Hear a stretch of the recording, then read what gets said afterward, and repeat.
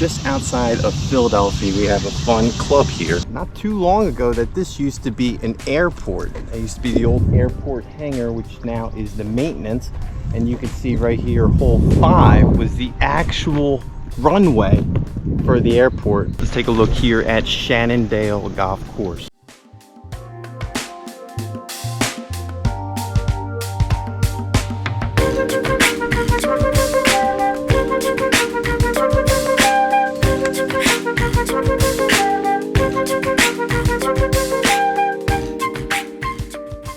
I can get ready pretty quick, but I still gotta check in, and yeah, that's fine. I feel like I might be going with that group right there. You guys told me. I got a nice clubhouse here. First birdie, Colton. This is a Pro V. I know. Worse. Hand me my club.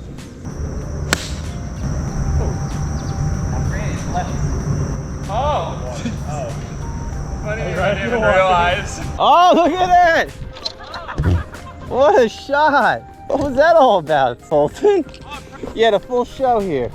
I don't know, it might be too many golf balls now. Collect. Oh, he's throwing them. That's a good move. Look at the first hole, which we're on right now, the course conditions, and where are those markers? Oh, birdie's off. Is that a birdie? Yeah. Is that your first birdie? Ah, come on, that's awesome. Take a look at this 18-hole golf course. And even on number 18, it's a little deceiving. These holes are deceiving. It looks like there's a pond right there with that sprinkler head. This is a nice course for the value. $61 on the weekend is as cheap as it gets. The course was built in 1965. Now the course is leased by a rich, well-off family that owns most of the land out here. It's a challenging course, but it does get busy, so depending on the time of the day. And the course used to be an old airport, with hole 5 being the runway. And there's a lot to like about this course. So let's zoom on in to the club at Shannondell as we walk in with no tee times, paired up with a good group of locals, and get as much history of the course as we can.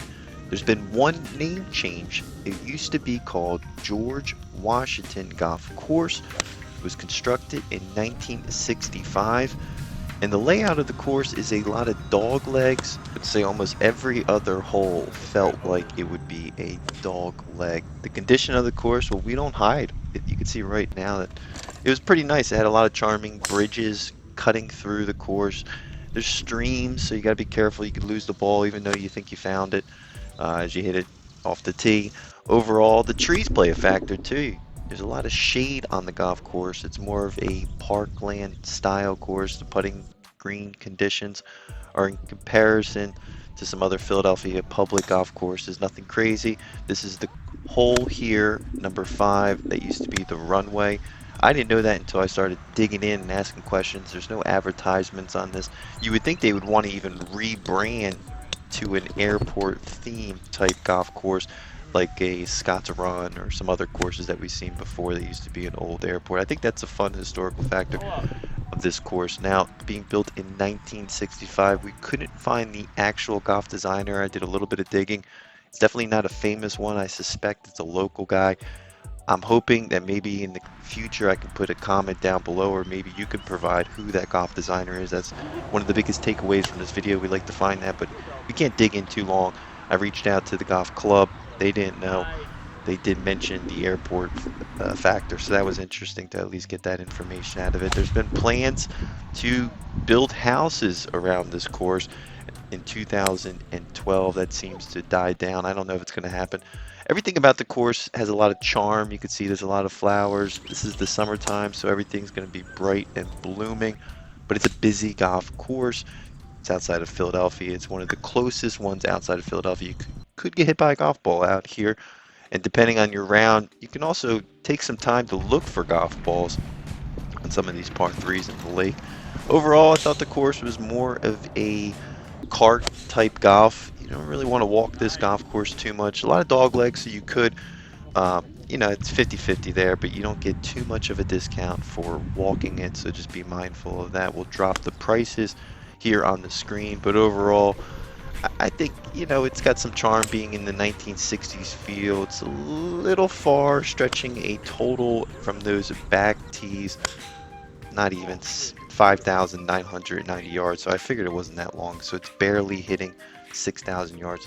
There's some water on some of the holes here. Some of them are nicer than others. Overall, putting green surfaces, maybe the highlight of the golf course. I like the dog legs. I feel like some of those type of golf courses, I tend to play a little bit better because you have to hit iron on a lot of the tees. But here at 18, ending with the dog leg, it's only 400 yards, so you can be very strategic with some of your shots here. But you have to hit it right over this I don't know, fountain system that they have going on here. I think some parts of the golf course they're trying too hard, and then they're trying to make up with it by having a nice clubhouse and things like that.